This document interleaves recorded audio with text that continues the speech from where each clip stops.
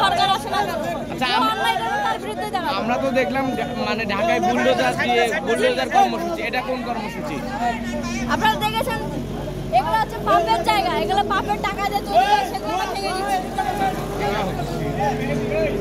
কর্মসূচিটির নাম কি আসলে? এই কর্মসূচিটি এটা কর্মসূচিতে আমরা নাম দেইনি, তবে এটা সব জায়গায় যে অন্যায় অপরাধ যারা করেছে, দুর্নীতি করেছে, তাদের বাসভবন জায়গা সব ভেঙে দেওয়া হচ্ছে। আমরা সেইগুলোকে যে এটার মতো নিকৃষ্ট খারাপ ফেসিবাদের একটা এত জঘন্য একটা জায়গা, সেটা হচ্ছে পার্টি অফিস।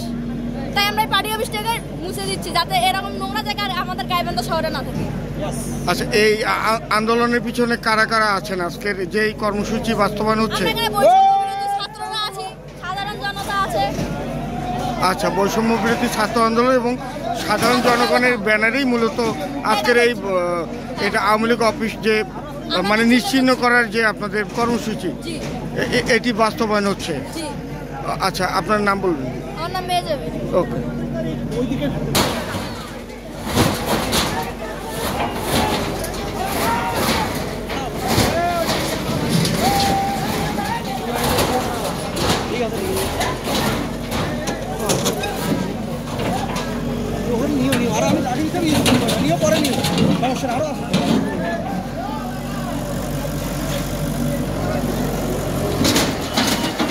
গাইবান্ধা আপনারা দেখতে পাচ্ছেন, গাইবান্ধা যে আওয়ামী লীগের পার্টি অফিস আছে, সেই আওয়ামী লীগের পার্টি অফিসটি কিন্তু ভাঙচুর করা হচ্ছে।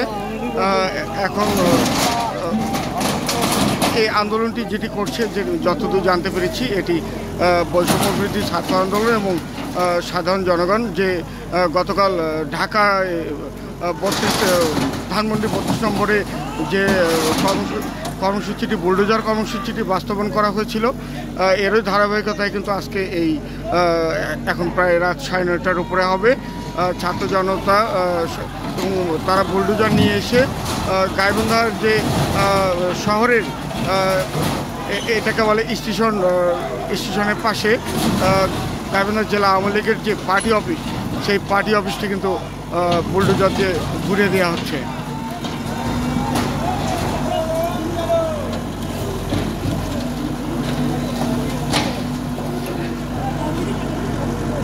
আমরা দেখি বৈষম্য বিরোধী এখানে কোনো নেতাকর্মীর বক্তব্য পাওয়া যায় কিনা। আসসালামু আলাইকুম প্রিয় দেশবাসী, আমি মোহাম্মদ মাসুদ রানা, আহ্বায়ক বৈষম্য বিরোধী ছাত্র আন্দোলন গাইবান্ধা জেলা। আজকের আমাদের এই কর্মসূচির কারণ হচ্ছে ফ্যাসিস্ট খুনি হাসিনা ভারতে বসে বিভিন্ন উস্কানিমূলক কথাবার্তা বলার মাধ্যমে আমাদের ছাত্র সমাজ এবং বিভিন্ন রাজনৈতিক সংগঠনগুলোর মধ্যে একটা বৈষম্যের সৃষ্টি করছে। আমাদেরকে বিভিন্নভাবে তারা হয়রানি স্বীকার করার জন্য তারা বিভিন্ন ধরনের অপপ্রচেষ্টা চালাচ্ছে, যার কারণে আমাদের এই কর্মসূচি ধানমন্ডি 32 ভাঙ্গার মাধ্যমে বাংলাদেশের সাধারণ জনতা থেকে শুরু করে বিভিন্ন রাজনৈতিক জনগণ বুঝিয়ে গেছে যে ফ্যাসিবাদের আস্থানা এই বাংলায় আর হবে না। তো আমাদেরও বৈষম্য বিরোধী ছাত্র আন্দোলন গাইবান্ধা জেলার পক্ষ থেকে আমি স্পষ্টভাবে বলে দিতে চাই, আমাদের গাইবান্ধায় ছাত্রলীগ এবং আওয়ামী লীগ পুরোপুরি নিষিদ্ধের জন্য আমাদের যে ধরনের কর্মসূচি নেওয়া দরকার, আমরা আমাদের সেই ধরনের কর্মসূচি অবস্থান চালিয়ে যাব। আজকের আমাদের এই কর্মসূচির মাধ্যমে আমরা জানিয়ে দিতে চাই, গাইবান্ধায় ছাত্রলীগ এবং আওয়ামী লীগের কোনো অস্তিত্ব থাকবে না। এভাবেই আমাদের কর্মসূচি চলতে থাকবে। ধন্যবাদ। আপনারা শুনলেন বৈষম্য বিরোধী ছাত্র আন্দোলনের, আমরা কথা বললাম বৈষম্য বিরোধী ছাত্র আন্দোলনের গাইবান্ধা জেলা শাখার যিনি আহ্বায়ক মাসুদ মিয়া, উনি গাইবান্ধা সরকারি কলেজের 3য় বর্ষের ছাত্র।